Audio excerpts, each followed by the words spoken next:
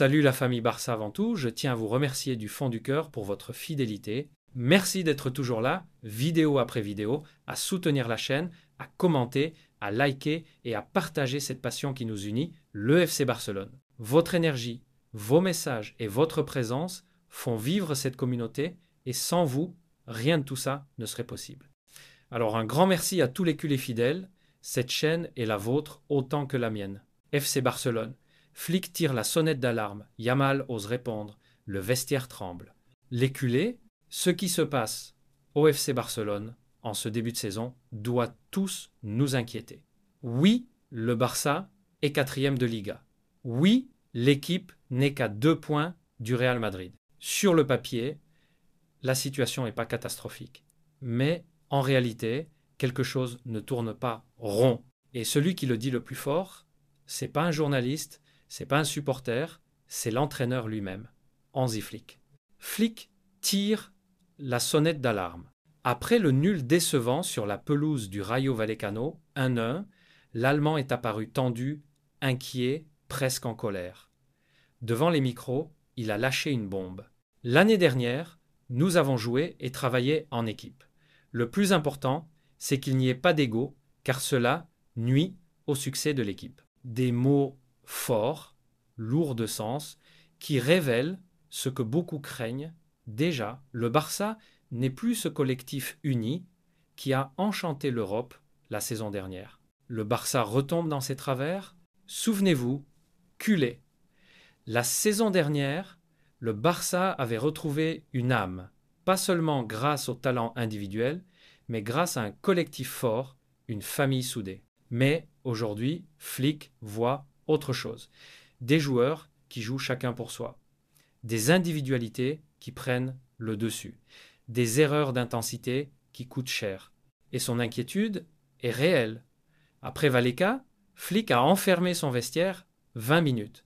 Pas pour célébrer, pas pour analyser calmement, mais pour tirer les oreilles, pour rappeler à ses joueurs que le Barça ne peut pas se permettre de perdre son identité. Yamal ose répondre, mais l'histoire ne s'arrête pas là. Car pendant la trêve internationale, un jeune joueur a osé répondre publiquement à Flick, et ce joueur, c'est Lamine Yamal. Oui, culé. La nouvelle perle du Barça a déclaré devant la presse que son coach n'avait pas forcément raison. Je ne pense pas que cela ait à voir avec les égos. Nous avons pris 7 points sur 9 dans des stades difficiles.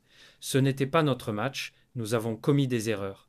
Mais cela peut arriver. Une réponse directe, presque une contradiction, qui ose dire à son entraîneur qu'il exagère. Un détail, non, car cela prouve que le vestiaire n'est pas totalement aligné avec Flick. Les fantômes du passé, et c'est là que le danger est immense, car nous avons déjà vu cette histoire.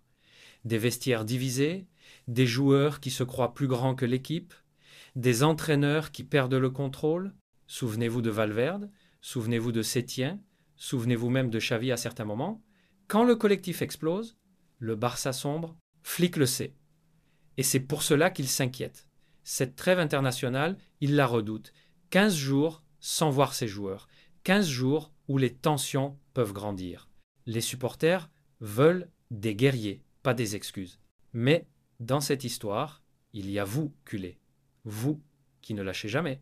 Vous qui remplissez le Camp Nou, qui vibrez derrière vos écrans, qui continuez à croire en cette équipe. Vous méritez des joueurs qui se battent pour ce maillot. Pas des excuses, pas des justifications, pas des querelles d'ego. Vous méritez un Barça conquérant. Vous méritez un Barça uni. Vous méritez le Barça que Flick réclame. Et toi, culé, alors je te pose la question. Est-ce que tu penses que Flick a raison de pointer du doigt les égos? Ou est-ce que, comme Yamal, tu crois que ce n'est qu'un accident de parcours? Est-ce que tu crains que ce vestiaire reparte dans ses vieux démons? Dis-moi ton avis en commentaire. Like cette vidéo si tu penses que Flick doit garder la main ferme sur ce groupe. Abonne-toi pour ne rien rater de l'actualité du Barça et rejoindre la plus grande communauté de culés. Parce que, oui, culés, les joueurs peuvent douter, les entraîneurs peuvent trembler. Mais vous, les supporters, vous êtes l'âme éternelle du Barça. Barça, le grand mystère du numéro de maillot de Marc Bernal, enfin résolu. culé. Il y a parfois des détails qui paraissent anodins dans le football, mais qui en réalité cachent une symbolique forte. Et au FC Barcelone, le numéro de maillot en fait partie. Car ici, chaque numéro raconte une histoire, chaque dorsale porte l'héritage de ceux qui l'ont honoré avant. Et aujourd'hui, c'est Marc Bernal, l'un des joyaux de la Masia, qui se retrouve au cœur d'une petite énigme. Quel numéro portera-t-il désormais avec l'équipe première? D'un crack de la Masia à l'équipe première, à seulement 18 ans, Marc Bernal a déjà marqué les esprits. Ce milieu de terrain élégant, travailleur, formé à la maison, est vu comme l'un des futurs grands de l'entrejeu barcelonais. Mais cette saison est particulière. Le Barça l'a officiellement inscrit comme joueur de l'équipe première en Liga. Conséquence immédiate, il doit abandonner son 28, un numéro réservé aux joueurs de la réserve.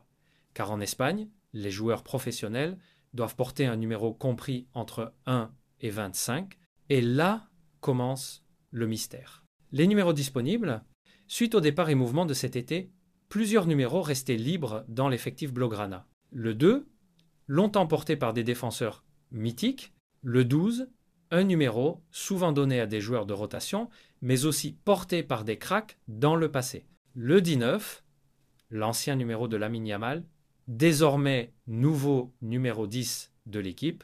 Et le 22, laissé vacant après Ilkay Gundogan et Rafinha. Chacun de ces dorsaux portait un symbole.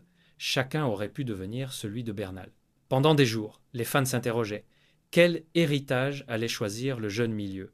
Le choix du 22 et le suspense est enfin levé. Tout porte à croire que Marc Bernal portera le numéro 22. Un choix loin d'être anodin.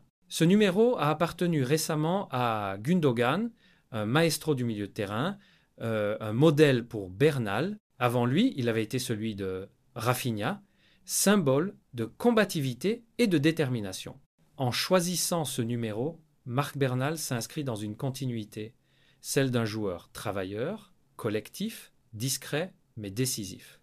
C'est aussi un signe de maturité. À 18 ans seulement, il ne cherche pas le clinquant d'un numéro iconique comme le 10 ou le 8.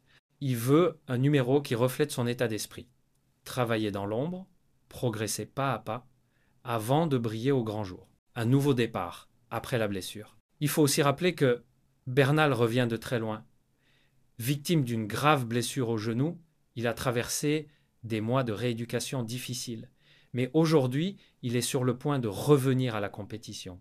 Et quoi de mieux qu'un nouveau numéro de maillot pour symboliser ce retour? Le 22, pour lui, marque un nouveau départ, celui d'un joueur déterminé à écrire son histoire au Camp Nou. La confirmation officielle attendue, pour l'instant la Liga n'a pas encore mis à jour son site officiel, mais tout indique que le 22 est désormais destiné à Bernal. L'annonce officielle ne devrait pas tarder et les supporters attendent ce moment avec impatience. Car derrière ce simple choix de numéro, il y a beaucoup plus qu'un détail. Il y a le symbole de la renaissance d'un jeune crack, formé à la Masia, prêt à marcher dans les pas de ses aînés. Et toi, culé, alors dis-moi, tu es satisfait de voir Bernal avec le 22 ou aurais-tu préféré le voir avec un autre numéro comme le 19 ou le 12? Penses-tu que Marc Bernal peut s'imposer rapidement au Barça malgré son jeune âge et sa blessure? Réagis dans les commentaires.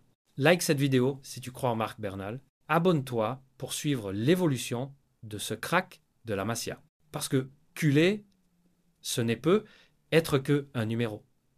Mais au Barça, chaque numéro écrit une légende.